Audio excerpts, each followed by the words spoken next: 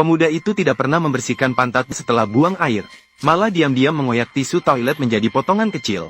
Lalu merendamnya dengan air toilet dan membentuknya menjadi bola kecil. Kemudian hati-hati mengoleskan pasta gigi. Setelah mengumpulkan 7 bola kecil seperti itu, kemudian meremas mereka bersama-sama. Dan gumpalan kertas yang tidak mencolok ini adalah kunci pelarian pemuda itu. Cukup tunggu petugas penjara membantunya melepaskan besi tangan.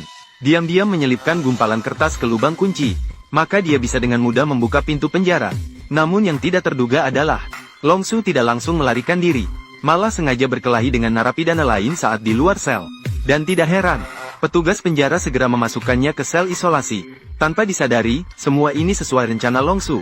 Karena dia sudah mengetahui, sel isolasi yang bersebelahan dengan tim pemadam kebakaran adalah lokasi pelarian yang ideal.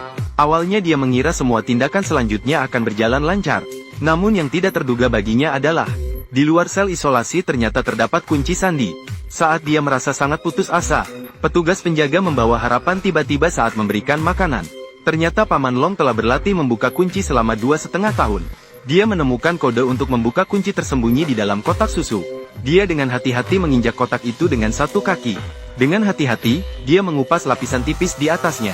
Kemudian, saat keluar, dia mengambil kesempatan saat petugas tidak memperhatikan. Diam-diam menutupinya di kunci sandi. Begitulah dia mendapatkan serangkaian angka setelah petugas memasukkan sandi dan meninggalkan sidik jari. Dia mendapatkan 4 digit.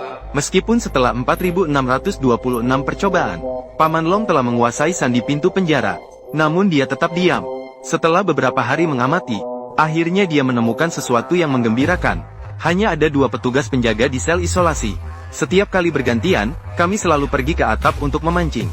Setelah melalui perhitungan akurat dari Paman Long, dia memiliki 7 menit setiap hari, berada dalam keadaan tanpa pengawasan. Dengan begitu, hanya perlu menggunakan akrostik, mengirimkan informasi penjemputan kepada rekan di luar. Dragon Uncle bisa mulai resmi melakukan aksi pelarian. Dia pertama-tama dengan mudah membuka pintu penjara menggunakan sandi, kemudian langsung menuju ruang kontrol. Setelah mengubah tayangan ruang isolasi menjadi rekaman sebelumnya, dalam sekejap sudah berada di lubang ventilasi ruang jaga. Hanya dalam sekejap, dia membuka penutup dan masuk ke dalam saluran. Saat itu, penjaga penjara yang sedang memancing tidak akan pernah menyangka